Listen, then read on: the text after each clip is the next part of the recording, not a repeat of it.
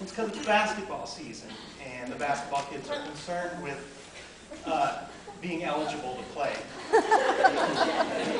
And it was on a night much like this in the winter, where a Canadian who was teaching in the Northeast first formalized the rules for basketball.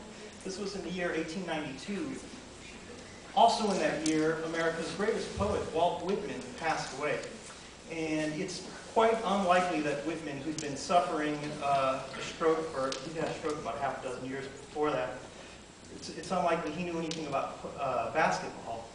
But a poet from Washington, a Spokane Indian, wrote a poem in which he imagined that Walt Whitman was well aware of basketball. And in fact, in this poem, he puts him on the basketball court. And I like to recite that poem just to break the ice for these kids up here. This is a poem called Defending Walt Whitman, and it was written by Sherman Alexie.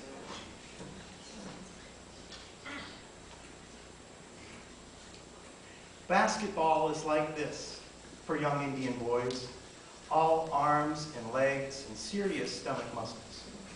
These are the warriors of the 20th century who will never kill, though some of them stood on the deserts in Kuwait and waited for orders to do something. God, there is nothing as beautiful as a jump shot on a summer reservation basketball court when the ball makes a sound as it swishes through the net that makes Walt Whitman weep because it is so beautiful. There are veterans of foreign wars on the court, although their bodies are still dominated by collarbones and knees, although their bodies still respond the way bodies are supposed to respond when we are young. And everybody out there is brown. Basketball is like this for Walt Whitman.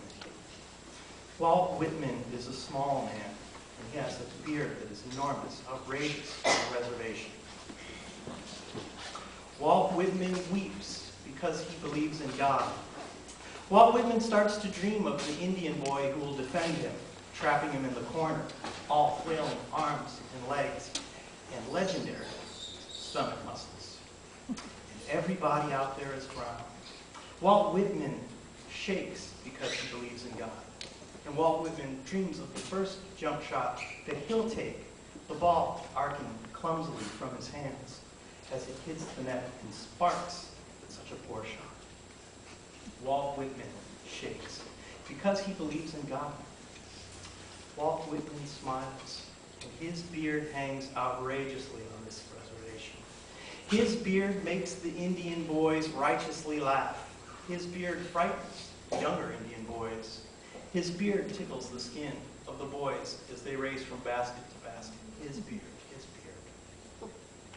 There are some military haircuts on the boys, though some have let their hair grow back. There's one boy out there who's never cut his hair, not once, and he braids it into wild, mazy patterns that measure nothing. One boy out there could run forever.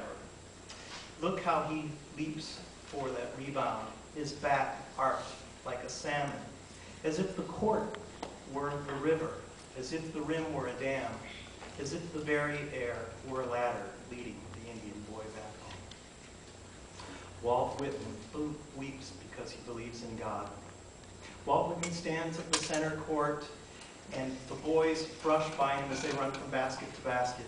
Walt Whitman doesn't know the difference between offense and defense, and he doesn't even care if he touches the ball. Walt Whitman smiles.